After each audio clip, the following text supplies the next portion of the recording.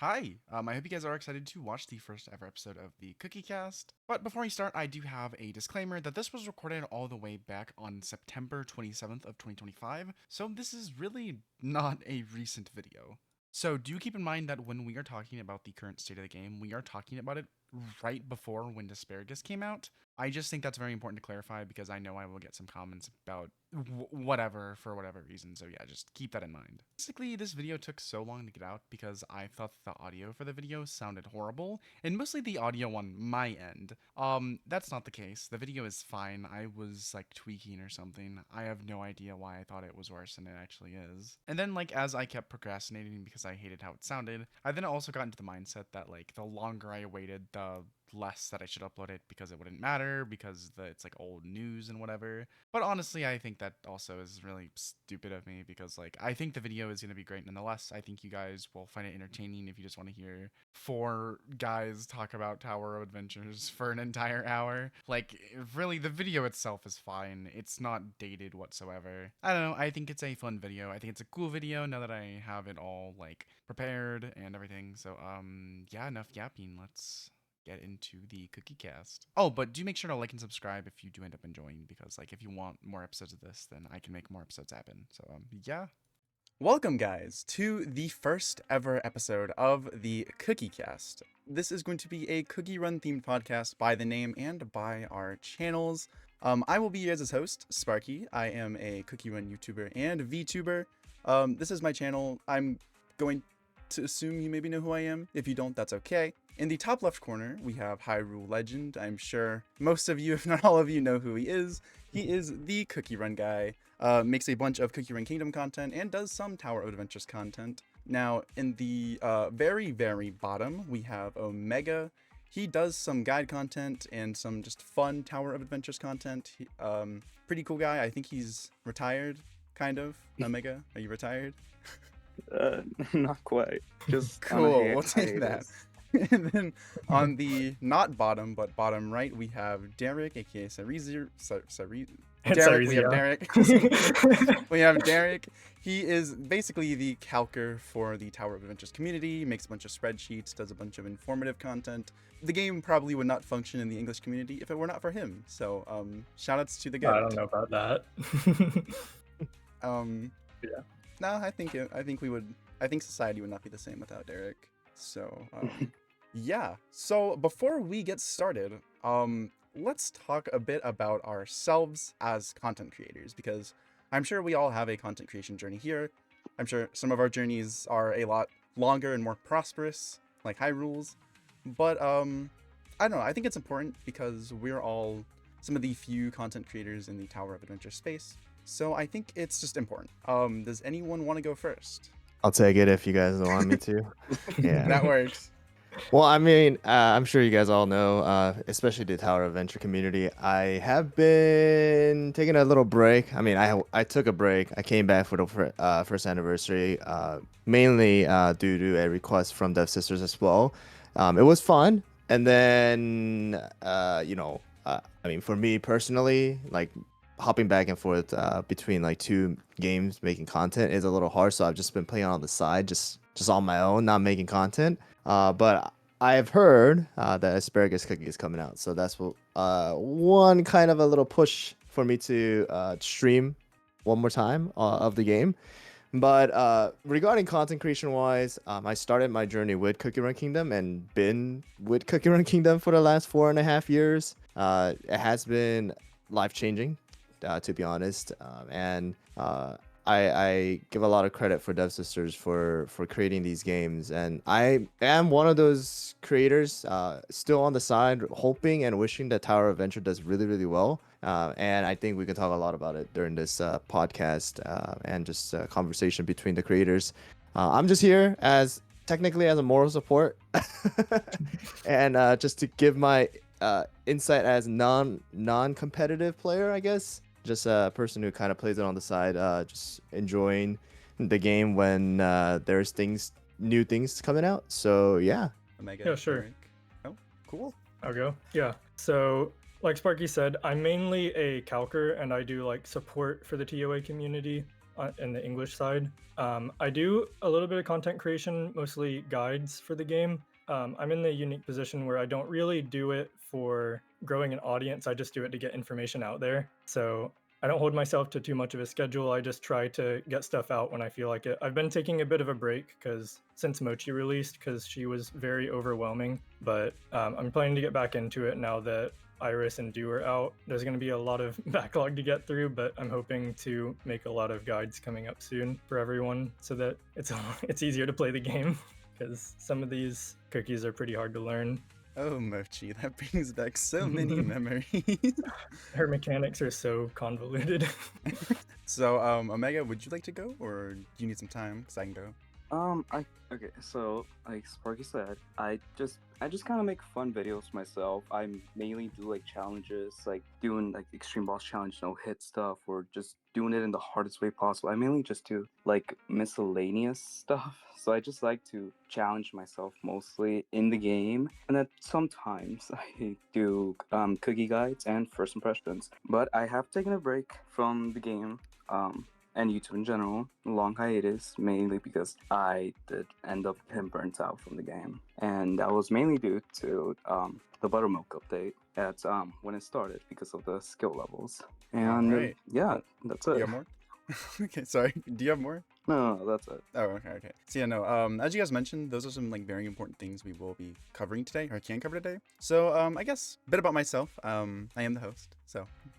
But I guess why I started YouTube. So I guess a little useless backstory. I was like one of those kids in class where it's like, what do you want to be when you grow up? And I'd like draw a picture and be like, I want to be a YouTuber. Now, is that a reality? Probably not. But I had been watching Tower of Adventures, like trailers and stuff, and like keeping an eye on the game, trying to get into the closed betas. And when the game finally came out, I was like having some thoughts like, ooh, I could maybe make videos on this. But then it happened. I posted my first video because I saw that there was like a lot of things people were confused about in the community, and it was not a good video. Audio was horrendous. It was just not all that, but people seemed to like it, and people did find it helpful. And I kind of just piggybacked off that, making videos I thought people would find useful, and I slowly improved the quality of my content, the quality of my information, mostly the quality of my information. Yeah, here now, got a VTuber model, and trying my best to thrive. Just got off of a hiatus, so now we're back. Guys, we're back better than ever, and I guess this is maybe proof of it. So, you guys know who we are. You guys know our little mini backstories. Let's actually get to the meat and bones of this podcast. So, we've all discussed it. We need to talk about the launch of Tower of Adventures. Now, this was both a very important moment for the game and both a harmful moment for the game. I'm sure we all have our thoughts on how the launch of Tower of Adventures went, but it is kind of iffy. I don't know, does anyone have any thoughts on the launch of the game and kind of how that set the direction for where Tower of Adventures is today, or some issues it has ran into along the way? Over here is a day one player, right? Yes. Yes. Okay. I mean, for me, I streamed it like almost every single day when they first launched. It was a fun game. It was funny. It was fun and also funny in the raid stuff and things like that. But like the main issue was the grindy part, and it honestly speaking, it did take a long time for them to adjust the grindiness of those things. I'm sure you guys all remember the pity system. And all that grindiness and just constant raid. It was just raid and raid and raid, right? Because obviously the story mode we didn't have too many of either, and then it was just raid and the bounties and the rift. But I think it started off as a rocky, like a weird like up and down of things, because it was fun for like the first like week, 2 weeks and stuff, because of all the new stuff. And then like all of a sudden there's nothing to do. It's just raid, and then you try to get items, but you get absolutely destroyed by the RNG, and I get muscle cookie, unique, and like ginger brave unique. Chamomile like, teaspoon. It's like okay, now I have to do this all over again for the next like whatever. I mean, now it's a completely different game, technically speaking. after the year and whatever of the updates. But I think, to be honest, I think they did lose a lot of players in the first like few weeks, few months of the game launch because of those things. And then of course we could talk about the EN side of things. I mean, Korean side is different than the EN side, so we can talk about the EN side and the communication and stuff like that as well later down the line, I'm sure. But there was also that too, right? The communication part. It's always a little rough for us in the end. So, and I guess added on to the communication. I'll go back to the original topic after this, but we started off getting a lot of like streams and stuff from the English side, and those slowly phased out of existence. I think our last one was back in like January, maybe. It was when they teased like Frostrock Cookie. So it's like we had a lot of communication, but then as the game kind of slowly trickled off in popularity, it's like especially here on the EN side, we kind of got less and less communication, which I think hurt a lot of players. But going back to like launch day, I agree with like basically like most of what Hyrool said. The game was very fun when it first came out. I mean, new shiny toy, yay! We all love new shiny toy.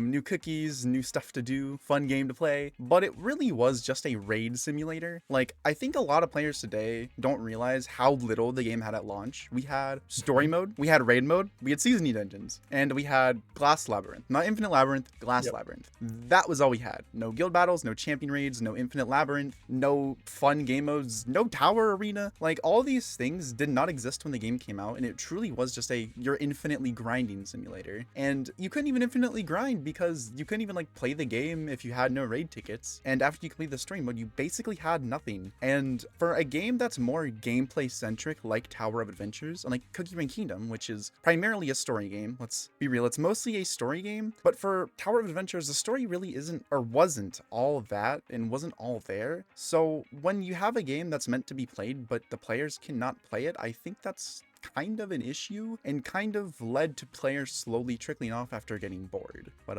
yeah, does anyone have anything else to add? Yeah, and I can kind of understand the devs' perspective on it, because the bigger content like Infinite Labyrinth and Champions Raid was held off for a bit because you needed that time to build up your account to even play them, because you needed a 40k cookie. A lot of people, when Champions Raid released, couldn't make 40k cookies unless they were like spending a lot of money on the game. But that definitely did hurt the game, the slow release of all the extra content.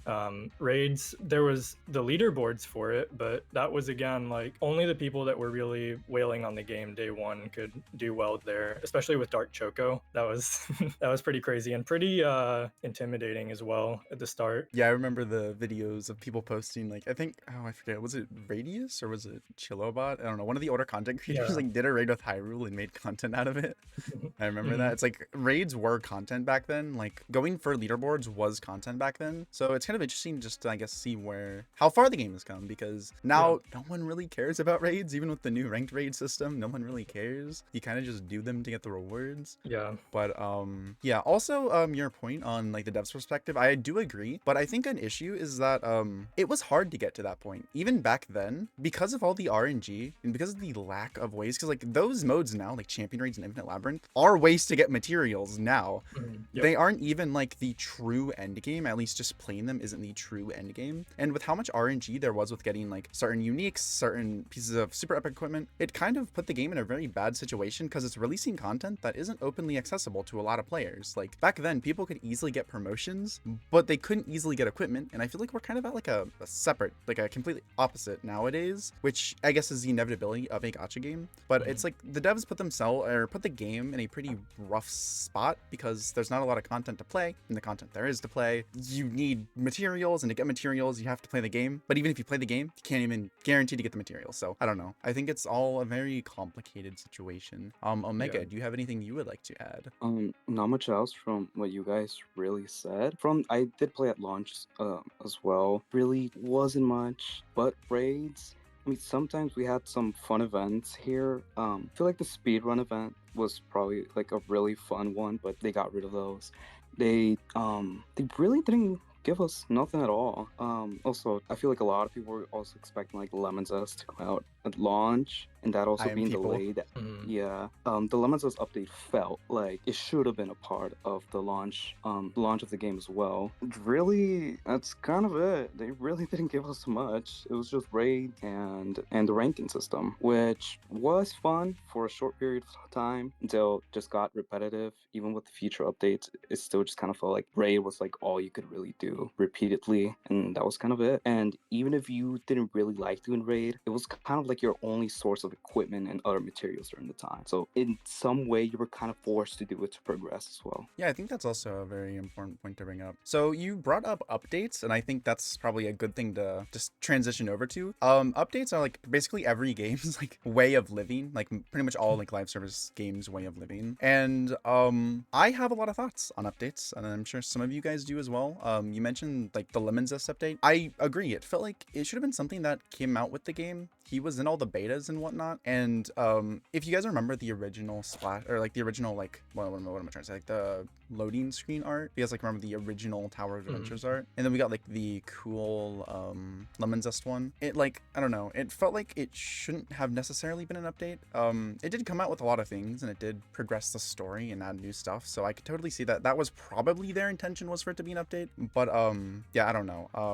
There have been a lot of updates, and I don't know, have you guys loved any updates more than others, specifically in like the early days of Tower of Adventures? Or have you disliked any updates? I know there have been some Days? updates I've hated. Did you say I early gotta days? Yeah, like early Mhm. days, like pre-Sunday, basically. Updates Okay. pre-Sunday. I So gotta it'd pull be up like, the cookie list and remember which ones yeah, that are was which. like It's been so there's the long. Lemon Zest update, the Kohlrabi update, I Candy mean, Drop. I mean, the thing was like I think the main thing that hurt a lot of the updates were the time, like how long it took for those things to come out, right? The main thing about games, live service game, is you got to have constantly like, some things that the players can do. And the Mhm. main thing about Tower of Adventure was, yes, they did have stuff to do, but it was only raid. Like we constantly go back to the early days, right? The raids. Yeah. And honestly, the raids were not, it was fun, especially when you're playing with friends and you're just like, doing stuff. And for us, like for me, that was the thing, right? I was just doing content with that. Like we were doing hours and hours of just raid and just like, hoping that we get something good. And then when we get like, destroyed by the RNG, then just laugh about it, and that's about it. But like, to be honest, like for regular players, especially free to play players, like you're not gonna be doing hours and hours of raids, especially because the tickets are lacking. For us, like we were just spending money on tickets, for content creation, but that's about it. And the story mode, talking about the story mode and the Lemon Zest stuff, I mean, they did I think the intention, based on what they said, was that Lemon Zest was supposed to have a very important role in the chapter that was to come out afterwards, and which it was. But like at the same time too, yeah, just like how like you talked about, I think those kind of stuff should have been included, or it should have been very, very, very quick in releasing rather than waiting like I think they waited. I'm looking at my stream thing, and they waited like about a month until the release of Lemon Zest, and for that entire month, it was just us grinding raids and just different like raid bosses. Sure, like that's fun, but like again, it just gets repetitive, right? Yeah, So we need actual things to do besides yeah, playing a exactly. literal gotcha machine, because that's what raids So are. like we're playing a gacha game to do another gacha that is worse than the gacha. That's a good So- way of putting it.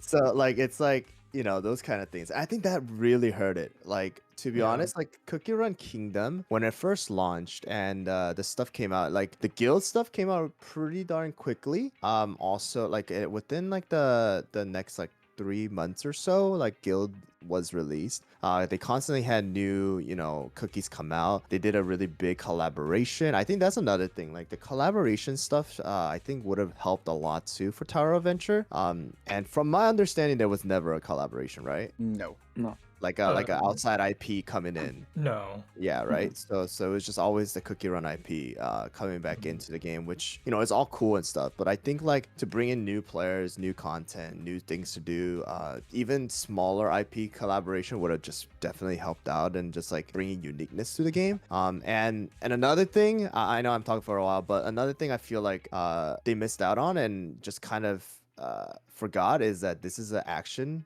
You have to actually play the game, right? CookieRun Kingdom, coming from the CookieRun Kingdom side, CookieRun Kingdom is a lot of auto battling, especially in the competitive side with arena and stuff, and a lot of this content too. It's very just auto, and you can play manually for the things that you need to, but Tower of Adventure is not like that. So when you make all your dailies, right, super like long and grindy, I think that also took away from a lot of players, because you come in to do the dailies and then you take like at least like 30 to an hour to just do dailies, and that was like, I don't know, it was fun in the beginning, and then it gets like really like, what am I doing? Yeah. Okay. I got a roommate that plays Kingdom, and they'll be doing their whatever the mode is, the really long one. And they'll just like go do whatever for the 10 minutes that runs for, and then I'll be doing my raids, and I'm sitting there just clicking buttons mindlessly to beat the raid boss. It does get old after a while. The alliance, yeah, the alliance, it's Cookie a long, Alliance. yeah, you just let it run. Oh, yeah. And of course, like obviously, like Kingdom is not a perfect game either, and Tower of Adventure also is not a perfect game, but like the audience is different, and the playstyle is different, and I think they needed to really cater towards that kind of like playstyle, and adjusted those things early on for the players to not be burnt out so quickly in the content and the gameplay of the game. Yeah, I think bringing up the audiences is like, I think it's a pretty good point.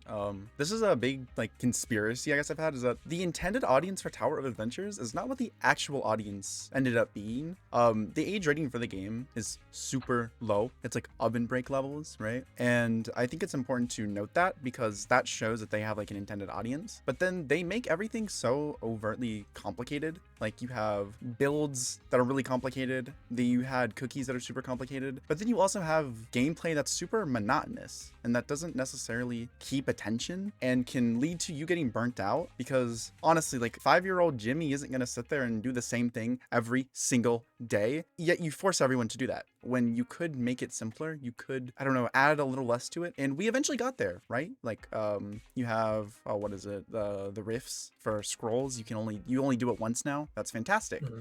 Seasoning dungeons, you had to have the battle pass to skip it. They gave that to everyone. That's fantastic. But those are things that I feel like should have been thought of ahead of time and should have come out a little quicker. Obviously I don't know how long that kind of stuff takes to like doing stuff, but like we got to a point where the game is in a better state, but it still takes a while. And also talking about like how you're basically playing a gacha to play another gacha that has a gacha that's worth the other gacha. It's like, again, they eventually fixed it. Kind of. We got the Cocoa Pity, and then they fixed it so that way if you hit it early, you still go to the pity, and then they made it even lower, and they made it so you can select what you want, and that's all good and fine. But to get the raid pity to where it's at now took a year. It took over a year, and that's a very long time for a game, especially when raids are your main source of progression, and that was a big issue I had. And I remember even like when me, Hyrool, and another creator were invited to go on a live stream, that was like my big complaint, was that I did not like the raid pity. I did not like how it worked. I did not like how it functioned. And eventually they basically did that and they made it even better. But it's I don't know, it feels like there's a big lack of hindsight for a lot of things. And I don't know, and I think a lot of updates kind of fell into that, where they weren't necessarily adding new content, they were adding new quality of life. And quality of life is good when there's a game to play, but when there's not a game to play, why does quality of life matter? I remember, what did they add in the first update? Was pretty good, and then they added champion raids in the Kohlrabi update, and then was that the candy drop update after that? I think they added Sugar Rush and Yeah. Was it Extreme Boss Challenge? I think Extreme Boss Challenge came a little bit before, right? Did it? I'm not too sure don't- either. It's been a yeah. while since. Candy Drop was Extreme Boss Challenge, yes. Okay. Because Yeah, I know. Candy Drop was the featured cookie. Okay, yeah. I remember I personally did not like that update because I just didn't find... I mean, first of all, Extreme Boss Challenge was way too hard. For the point that we weren't at in the game, it was way too hard. Yeah. And I thought Sugar Rush was pretty monotonous. They brought it back recently. I didn't play it, but I'm going to assume it's better. But it's like, I don't know, a lot of the... Was it better? Or was it the same? It's the same. It was the same. A lot of the people that I knew that would play it every day before just didn't play it the second time around. See? And yeah, it's like they waited like basically a year to bring it back, and then they brought it back into the same thing. But no, it's like I feel like the updates didn't have a ton of sustenance, or like there wasn't a lot to the updates. I mean, Basil Pesto update, I think we got like a new story chapter, and we got like the mastery system, and I think that was it. That was all we got in the update, really. And sure, a new story mode is cool, but like if you look at like even CookieRun Kingdom updates like back when it first came out, I'm sure we were getting a lot more than just a new story mode update, and then like a way to get materials that doesn't even benefit any players like immediately. And even that system they added that was supposed to be good was very flawed, and it took a lot of time to get to where it is now, where it's much easier to get mastery, and they've added like bonus events and whatnot, and they've even updated it. So yeah, I feel like a lot of early updates were making up for the weaknesses of the game's launch, and it kind of snowballed on itself until it got to a point where it wasn't having to make up as much and could actually like do its own. Like the half anniversary update gave a lot of rewards, had new story mode, and I think reworked Extreme Boss Challenge, and that was a pretty good update. I think people had burnout around that time, but that was an example of an update where they were trying to add more. Oh yeah, that was also the present delivery update. I love that game mode. And like around the half anniversary mark is when they started doing more, but then the game kind of trailed off a bit until the Green Bell update, which was fantastic. It did like a modern, Hyrool, did you play that update? So I played a little bit, only because I like the voice actor. She was one of, she was one of the K-pop idols that I actually like listened to and followed a lot cool. when I was younger. So when I heard that she was, doing the voice of Greenbell, that's when I came back. I kind of spent all my currency that I saved to pull a bunch of her for Greenbell, and I stopped for a bit, and that was the only reason why I came back, just for the character. And see, those are the things too now. I think if you don't mind me talking about it, but yeah, voice acting, English voice acting, please. Yeah, English voice acting. I don't still understand why they were not able to bring English voice acting, because like to be honest, like for me, as a Korean, like when I see somebody that I know and I used to follow, and I know, like, will make the game sound like, better when you're actually playing the game. Like for the EN side, right? Like for the longest time, for some people, they didn't even understand that there was voice acting. Like we all thought it was just, Grunts. yeah, grunts. Yeah. Until we go back and, change it to Korean, and then now you start at least hearing some Korean voice acting. But I still don't understand why after a year and like 3 months that we still don't have English voice acting, because that actually will bring players, right? When you're playing the story, when you're actually like, following the story and the lore, that the voice acting is the main thing that brings people in. I think that's another reason why CRK is so like still very, very popular within the community and everything. It's because of the voice actors. Like whether you actually know the voice or like, the game or not, when the voice actor says that, hey, I'm voice acting for this game, they at least try it because they like the voice actor, but for us in the EN side, Tower of Venture, it never happened. So I'm a little sad about that. I talked about it a couple times too before, but yeah, I don't know. So I'm gonna go back to my original point really quick, and then I'm actually gonna piggyback off that because I do have a lot of thoughts on voice acting, like English voice acting. So the Green Bell update, like where I originally was at, that was a really good update. We got like an actual event, and it had an actual story that actually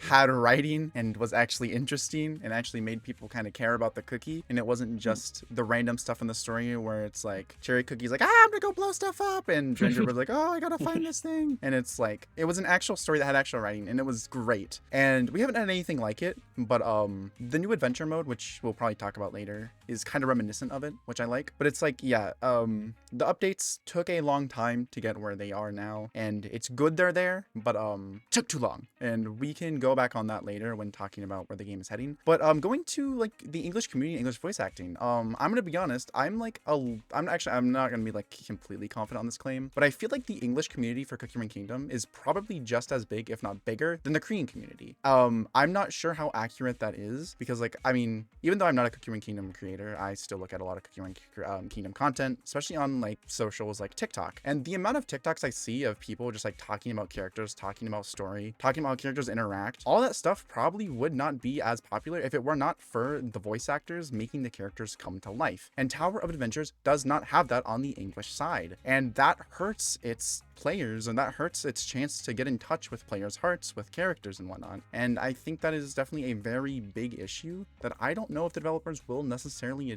address, because I don't know. Voice acting is kind of expensive, and for a game like Tower of Adventures, I think it needs it, but I don't know if the developers will acknowledge that. I don't know. I don't know how big or how true my claim is that the English side of CookieRun Kingdom is bigger than the Korean side, but I feel like it's comparable. Well, here's the main thing, right? Going off that, it's not that the English side is necessary. No, never mind.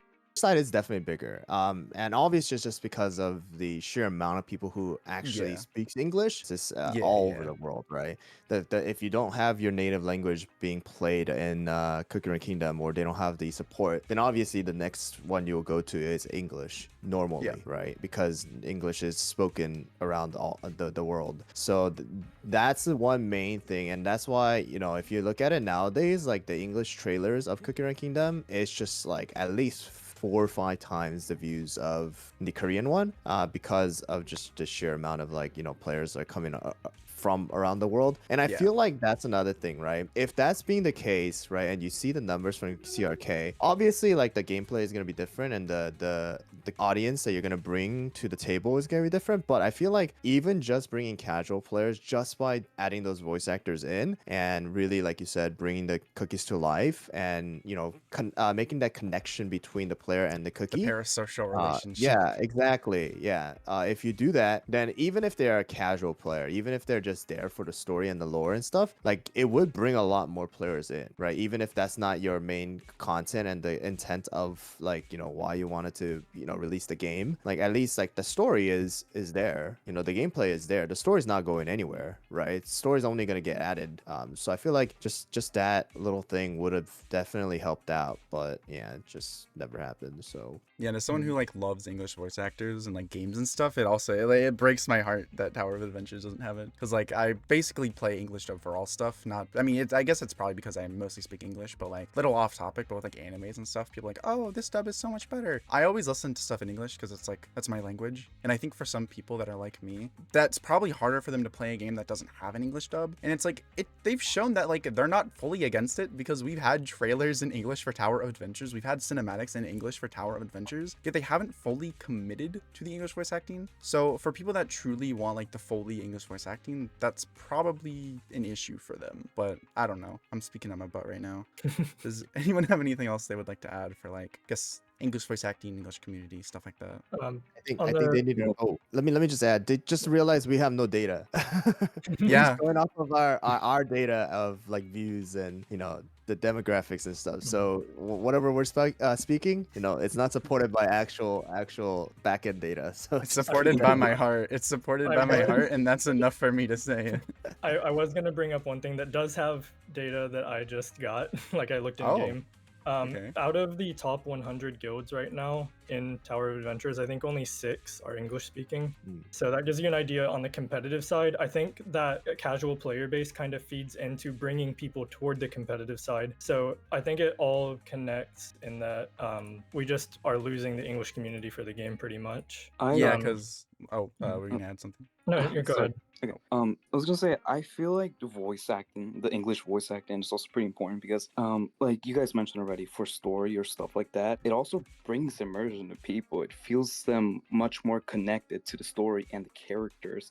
And even if it's not for story, it could just be for gameplay. It just gives life to the characters, and a lot of people really, really enjoy that. And again, when you bring big names, like recently for Silent Salt, Ray Chase, people are gonna recognize him as someone like Nuvolette from Genshin Impact. People are gonna immediately be like, "Oh, I know that voice actor. I know that character. I wonder how they perform here, or I want to hear their character in here." And that is pretty important, whether casual, competitive, or whatever reason it is. Just having that immersion and life to the character to bring in to the community is very important for them to have some type of connection to the game and characters. Yeah, and even though Hyrool did say that we're not going based off any statistics, I feel like just like from experience and from knowing how people generally feel, English voice acting I do think would add a lot to the game. I do think it's like if Tower of Adventures miraculously posts one day, oh my gosh guys, we're getting English voice actors, it would probably blow up on TikTok like never before. And there would be so many new players coming to the game to be like, oh my gosh, I want to hear this character, I want to hear this character, I want to see this voice actor. And I do think it's a very big missed opportunity for game growth that I don't think a lot of people necessarily will recognize. And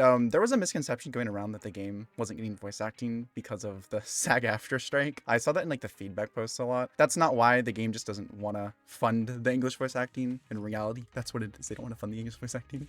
So yeah, no, if we have nothing else, we can, I guess, move on from this topic. Does anyone have anything else? It's gonna add that if players are like me, right? I came back for a voice actor for a cookie and just spent all my stuff, right?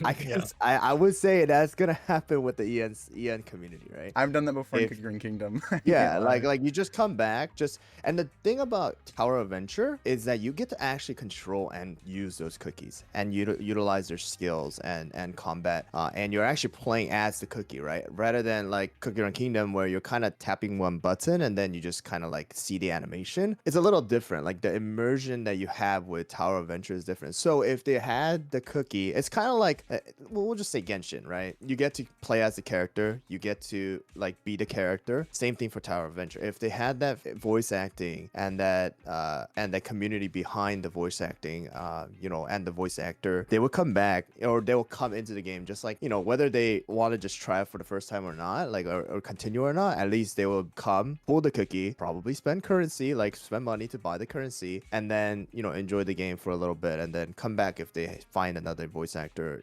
who's their favorite, or just get competitive like you guys said, bringing those casual players into the competitive scene. Yeah, that's all I got. Cool. Really quickly, another thing, majority of the cookies that are in TOA are already in TRK, if not all, except the ones that are from TOA specifically. So they kind of already have a base for majority of the voices for those cookies. Not sure how exactly it works, but just from what I can base, all they would really need to find is just new voice actors for the new cookies for TOA. Also, I guess adding on to that again, the Japanese release of the game saw a full cast of Japanese voice actors for all the characters. We didn't get that. I'm sure the Chinese release will also see the same thing. So it's like, I don't know, it's like the English community just feels like a very big afterthought despite being one of the biggest communities, because it's like basically a global community. So it's like, I don't know, feels kind of bad, but I don't know. I'll just trust Dev Sisters on that one, I guess. So I want to know what the reason is. Yeah, like I'm kind of curious now, like why they haven't. Like I remember people were asking about it in one of the live streams, and they were saying that that's not a priority right now, and that they're working on getting the Japanese version of the game out. So it's like, now I'm kind of curious how well the Japanese version of the game is doing, because it's an entirely separate version, and it got like voice acting and stuff. It's like, I don't know. It's like, I feel like their priorities are a little misplaced. But yeah, so I guess a little mini topic we can go into is like the gameplay at Tower of Adventures. We've already kind of like talked about it with like game modes and stuff, and Hyrool brought it up again with like being able to control your character. So does anyone have anything they would like to start off with? I think the gameplay is really fine.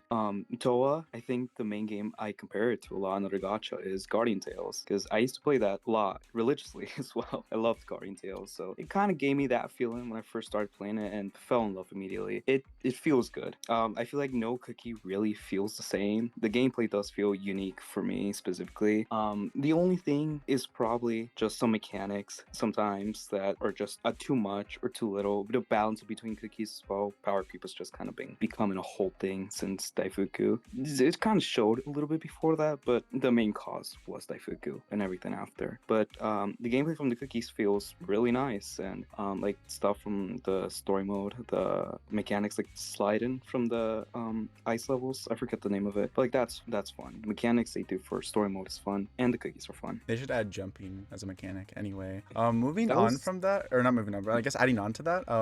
No, sorry. Oh wait, we're gonna say more. I was just gonna say that they did mention that in half anniversary, if you remember. Oh yeah, I think I remember. There's like a little party game thing. That and the side 2D platformer thing. Yeah. So adding on to gameplay and stuff, and I want to link it back to CookieRun Kingdom and Powercreep. So Tower of Adventures is different than CookieRun Kingdom, mostly because of the gameplay. CookieRun Kingdom is an auto battler, and Tower of Adventures is a hack and slash action RPG. So with Powercreep, While you're out, I can say a little bit about the mechanics.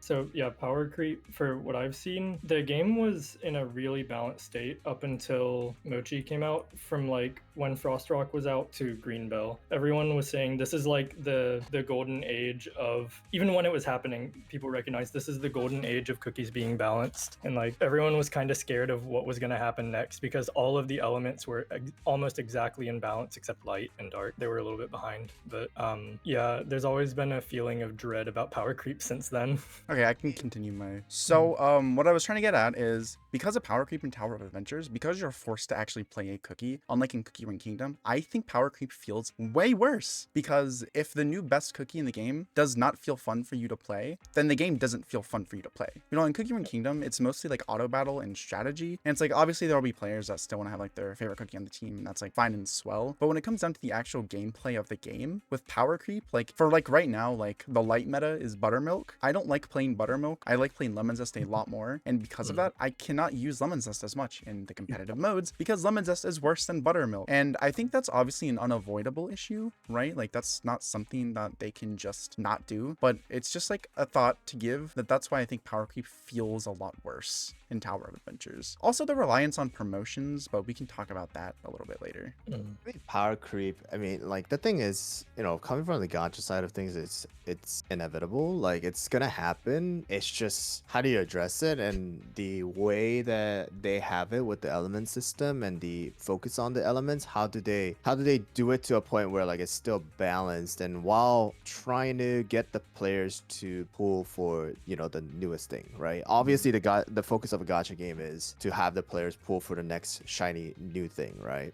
But at the same time, like I go back to it all the time, is like CRK, like the amount of currency you get is a lot more than Tower of Venture. Like the gameplay style is a lot different than Tower of Venture, and all the amount of updates and stuff like that is a lot different too. But like Tower of Venture, again, it's like controls. Like you have to be the one controlling the unit and everything. So it just comes down to like where's the balance of things, and where's your focus on for the players. Like how are you balancing the competitive side while you're still allowing the casual players to at least enjoy the cookie, and all those kind of things. A lot of people, I think, compare it to you went back to Guardian Tales, and then a lot of players also like compare it to like games like Genshin. Obviously, the thing about Genshin is like they don't have a quote-unquote competitive side of things like we do here in Tower of Venture, as well as like CookieRun Kingdom. It's very different.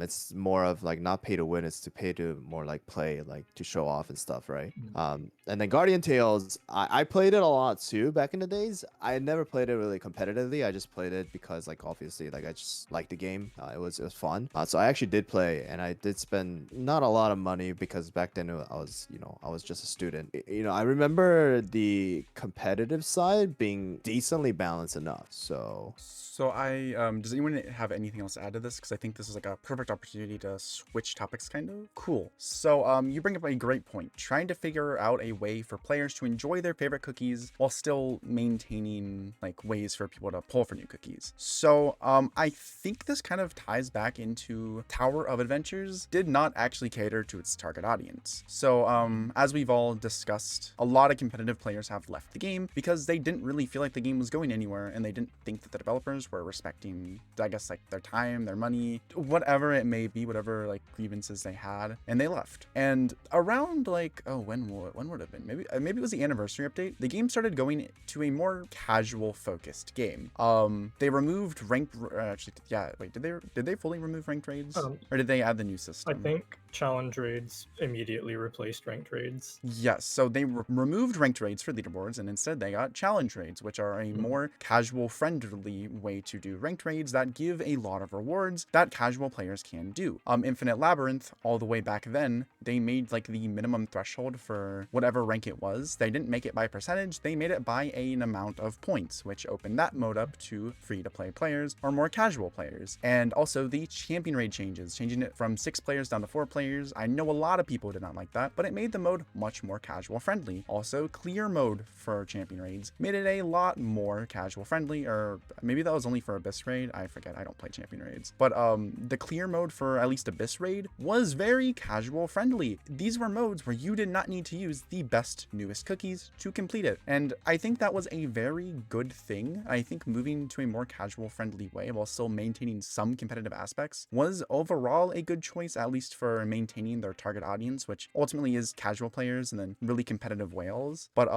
yeah, I don't know. Does anyone have any thoughts they would like to add? Really quick, Abyss Raid is what's coming next to replace Champions Raid, or at least Champions Raid. Champions Raid is going on pause to let Abyss Raids come in, I think, in the next update. Yeah. Because I remember there was the Milling Cream raid, and I forgot if that was actually called Champion Raid. That was technically Champions Raid, yes. Okay, so they're putting Champion Raid on hiatus with Abyss Raid, which is a new version. Yeah. Okay, yeah. So, speaking as someone that's mostly on the competitive side, there haven't been all that many grievances actually that I've seen from most of the competitive players that have stayed. The ones that have stayed. How about the ones that have left? Because those are the ones I'm mostly thinking about. Yeah, I know a few of them. They kind of just soft left. I don't remember hearing too many complaints on how the competitive side was actually balanced and maintained. They were just tired of the game. Okay. Like, obviously some people left after some of the sanctions were put out and their accounts were suspended or they lost progress in guild battles, and that was a whole other issue. But honestly, I don't hear all that many complaints about the competitive side of the game in terms of how it's balanced in its mechanics. So it's kind of more just like a soft burnout kind of thing. Yeah, that's what I've seen. I think that would be my non-statistical proof of it's like the game was never meant to be super duper hyper competitive. Like if we look at games like League of Legends, CSGO, Valorant, Overwatch, Rocket League, these super competitive games that people can literally play on repeat for 12, 13, 14 hours a day that are made to be played like that. Tower of Adventures is not like that and was never like that. And yet for the longest time, that's what it was. So I mean, people do that. I mean, people do it. That's not necessarily what it's meant to be for. No. Because it is a gacha game that is meant to be for casual players who can just play it when they have their free time. So I don't know. I think that's, yeah, but thanks for correcting me on that. I just see people complaining all the time in the Discord. A lot, yeah. If you're looking at Tower of Builds, a lot of them are people that already retired and just stick around to complain. I know some of those people too. Do you want to talk about the account sanctions actually? I know you mentioned want to talk about that. Do you want to like go over that real quick? Sure. So and, like all that stuff. Yeah, a little bit of background and history. When the game first came out with Champions Raid, there weren't too many issues with macros, but then they released Basil Pesto and people started using macros for him a lot because he had this weird mechanic where if you had frame perfect input, you could squeeze out like 15%. That might be a little high, but it was a considerable amount more damage from his charge attack, and it was almost impossible to replicate with human input perfectly. So big fuss was made about it, rightfully so, and sanctions were put out against players that were using that mechanic. And at the same time, I think they also tackled some people who were account sharing in Champions Raid to kind of buffer the leaderboards with their friends instead of actually fairly playing the game.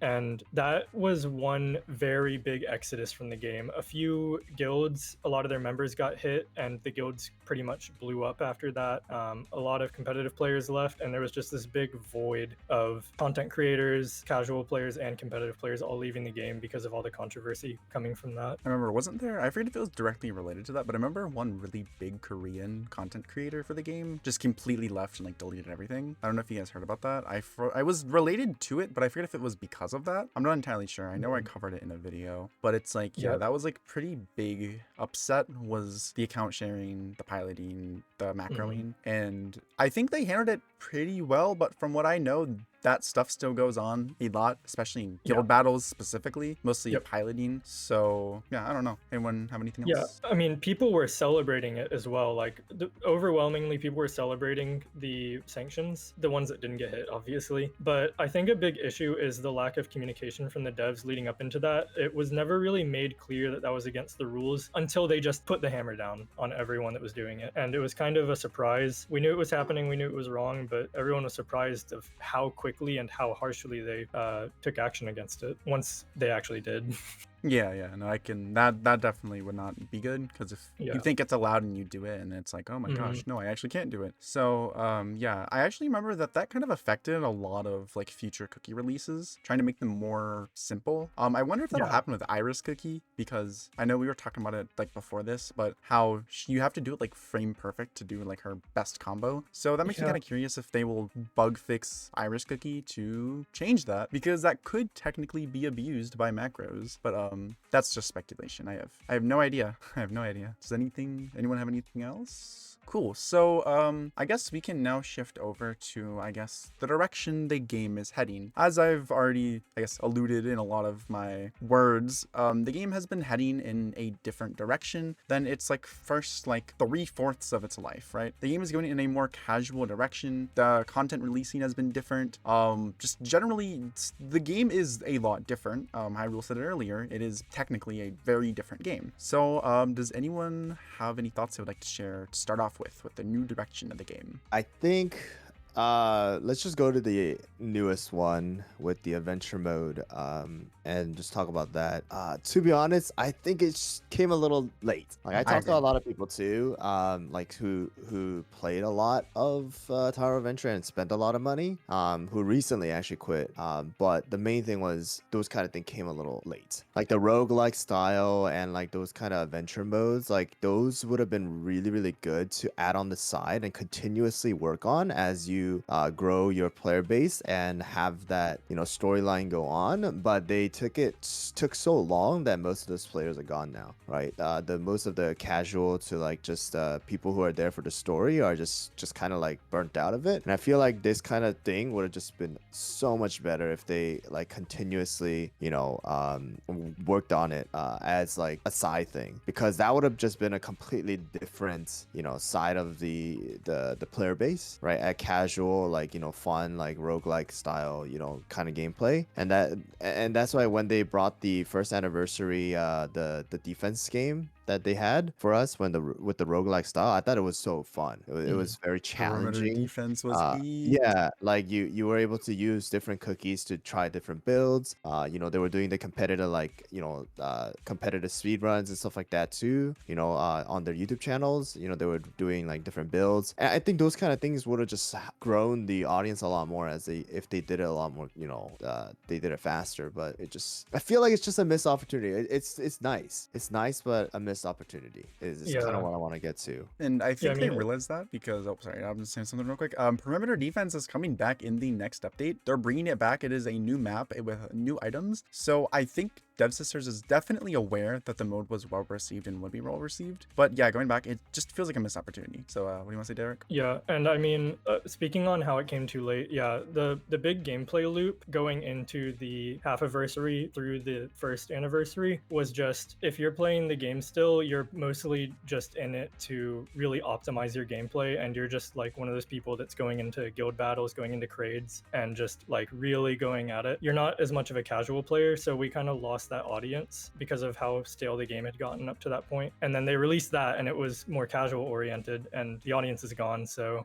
there are a lot of people I know that are playing it, but I just haven't heard too much hype about it, even though it is genuinely, like, I think it's really fun. You know, I really like adventure mode. I was Yeah. I was really surprised when it dropped. I was like, I don't know, I was a little worried it wouldn't be fun. And I generally don't like roguelikes, but adventure mode is very fun because it just makes your cookies stupid broken. And that's a fun thing to have, is you get stupid broken cookies and you don't really have to spend real money for it and gamble for it. You just use what you have. Yeah. And yeah, going back to like, I know I keep saying going back to, but going back to like what I said is like, they kind of didn't really like cater to their actual target audience, and how you said a lot of the casual players left, and for a big period of time it was just the competitive players. But then when they started releasing casual content, competitive players were like, well, crap, I don't care about this. What's in it for me? But the players that the content is for, a lot of them already left. So it just, I don't know, it feels like what again Hyrool said, too little too late, but it's still good because it will bring in new players and it will keep current players. But if this had released, if like the adventure mode had released, let's say back in January, I think the game would probably be a lot more popular now, because that was when there was a lot of casual players and a lot of hype for the game. Or even if it had released with like maybe the anniversary update, I think it also would have done a lot.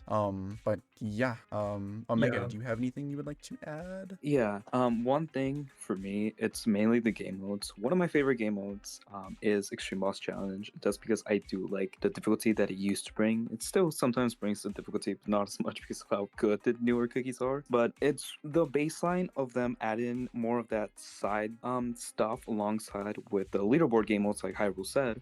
But they keep like bringing it oh so often. It's not like a constant thing. Extreme Boss Challenge. They just bring it like sometimes, like sometimes the mid updates or the beginning of an update. It's not a constant thing that they can cycle or they can just add to the side. And during the Greenbelt update, when they added Tower Relay and Mirage Hunt, which was one of my favorite updates because they added 2 new permanent game modes and one that keeps getting updated, which is Mirage Hunt. And then Tower Relay just gets swapped around with its mechanics that it gets. But I feel like something adding stuff like that, like the adventure mode and Mirage Hunt, just adding updating that constant stuff that can have replayability or can have more of the single player enjoyment would be more beneficial for the game, especially since a lot of stuff that you really have after clearing everything, like Derek said, was just like guild, champ trade, and just like improving the smallest things in your cookie stats and whatnot.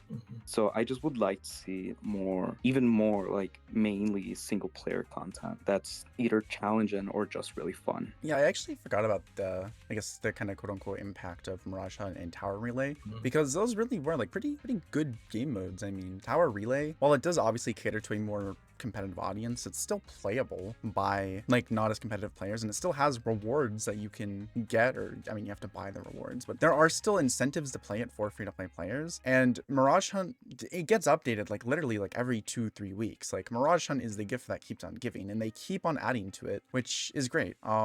I was gonna say something, but I kind of forget. So does anyone want to continue off of that? Yeah, I mean, another thing I've noticed is that they've been trying to make content where you do get to use your older cookies and like reuse some of the knowledge if you're an old time player that you might have for those cookies. But Tower Arena's kind of just flopped, and a lot of the other talk about. Yeah, Tower Arena. You want to talk about that? Yeah.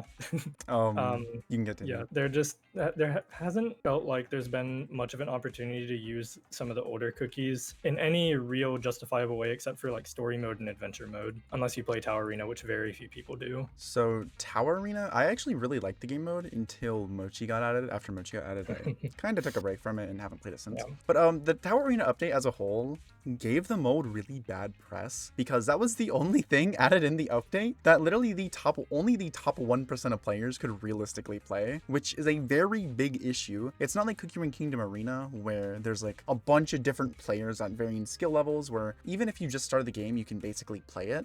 This is a game where you have to actually be playing the game and go against other players who are actually playing the game. And I think it could work if the game maybe had like I don't know, like 10 times its player base.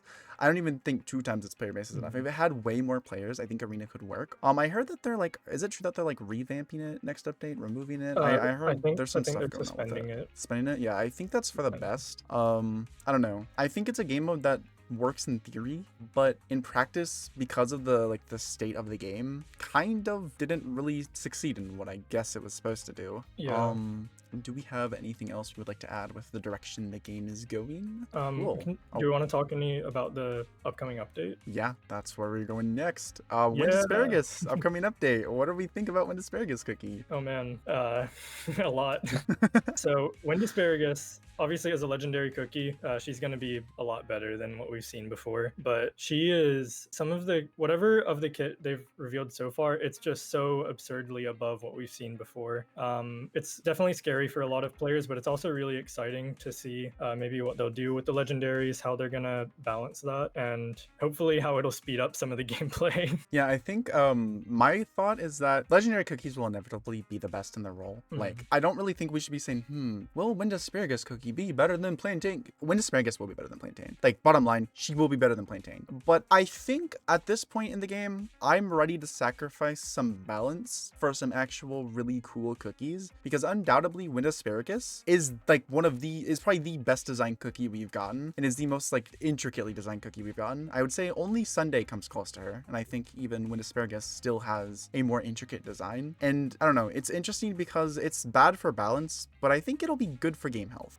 Yeah. It'll give players something to look forward to. Like CookieRun Kingdom right now is basically driven by its like Beast and Ancient, or like its Beast and like Ancient Plus updates and its like Legendary updates. And I know that like you said way earlier, Derek, how the developers wanted to be careful with it. I think it's way past time to start getting them because they bring new players. They bring a lot of hype. These are really cool characters that everyone wants to pull because they're strong, they look cool, they have cool lore, they have a cool story, and I don't know. I'm excited. I don't know. Yeah. Still missed the opportunity without voice acting. Just imagine they did it with Yeah. voice acting. Yeah. Mhm. When Asparagus with some really cool voice acting, with some really cool English voice would've. actor would be great. For sure, people would have came in. I guarantee it. I Just guarantee. slap some Yeah. really popular English voice actor on her, and it would It's bring in a gonna- lot of players. It's gonna be so awkward having the ult cutscene with just no voice acting. Yeah. So does anyone have Definitely. anything else? Oh, Other like parts of the upcoming update that we've seen, they're doing a dual release with an epic and the legendary, so that's something we haven't seen before. That's pretty both exciting and kind of straining because Yeah. we've had back-to-back releases for the last few updates, and they're going immediately into it with another epic and the legendary. So a lot of people are feeling their wallets getting strained by this string of updates that we've had. I think what's kind of good though is the separate gacha, because it does have the separate gacha like in CookieRun Kingdom, and it's basically like standard for Dev Sisters now, because Witch's Castle also has that. Oven Break doesn't have gacha, so can't count it. But I think that'll kind of help because if people want to pull for the legendary, they don't have to use their currency they saved up for like gems and stuff and tickets and Yeah. stuff. So while it's definitely still gonna hurt people's wallets, I am glad they're taking the CookieRun Kingdom approach, because I also think that approach is more free to play friendly because they can control the currency they give out, and usually they will try and give players at least one free copy if they do everything in the update. If they don't, then I think I'll have to make a very upset video about that because that's not player friendly at all. But yeah, I think it will definitely be bad for spenders, but we also have to remember that if games make more money, the developers will invest more into it.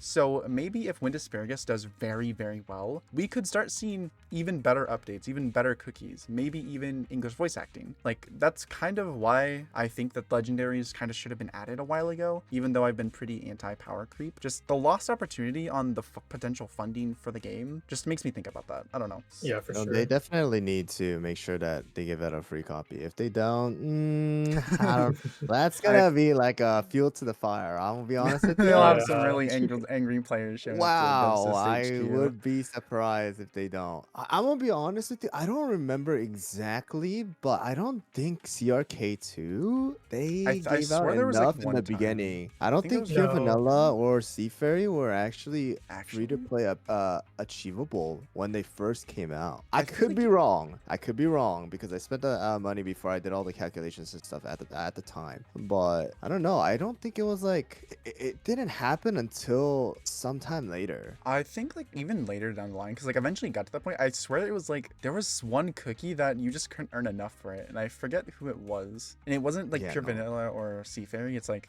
a lot of players were like really upset because the missions didn't. They like barely gave enough. Yeah, there was some time. I know. I swear it was like, was Oh, it I Mystic think Flower or Burning Spice? I swear it was one of no, them. all of the beast All the cookies had beasts, it. really? All Okay, the beats okay. were able Oh. to. It was so I I was think thinking it was Stardust. Yeah, I think it was Stardust. Was it Stardust was the Stardust? Okay. shortest one, but the thing was that before that, like the first one that was actually completely free to play was Frost Queen because of how long the update was, because they delayed the updates in between the first anniversary. So I think that was the first like official like everybody was just able to get Okay. which was 1 year. So there was that. But anyways, like going back to it, anyways, like, you know, Tower of Venture, if they don't, I don't know. That'll make a fantastic video that I'll get a lot of views from, but I hope it doesn't come to that. I hope it doesn't come to clickbait. I'm looking at the stream preview. It looks like there is a 100 pull Yep, it's pity 100 pity. on it's 100 pity on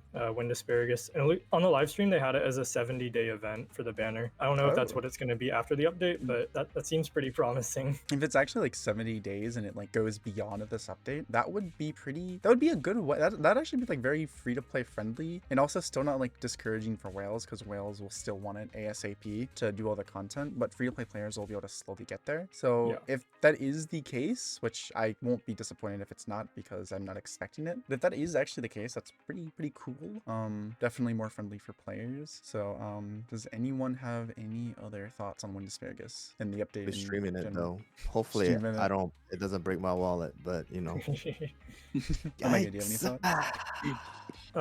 I do like how they added the promotion like visual upgrades. Oh yeah, I like think that. I think the cutscene's also locked to 5-star, unfortunately. Is it actually? Yeah, that's what I heard. I'm not sure, but people were telling me like I don't speak Korean, so I didn't understand what they were saying in the stream, but some people that translated it were saying that they mentioned it might be locked to 5-star. That's insane if that's true. Yeah. Man, they really know how to get people to spend money. But even then, it's like those are just like cosmetic upgrades, which at the end of the day I think are acceptable if it doesn't directly impact gameplay. I guess you could argue for the cutscene it does, but yeah, I don't know. I'm excited. I think the update looks pretty good so far. We're getting more adventure mode stuff, new legendary, new epic. I'm curious what else they'll add, because I don't think they showed everything in the stream. I think they usually leave out a couple of things, usually like small quality of life. So we'll see when the update usually comes out. This will probably be coming out after the update. I don't know if I'll be able to get it out in time.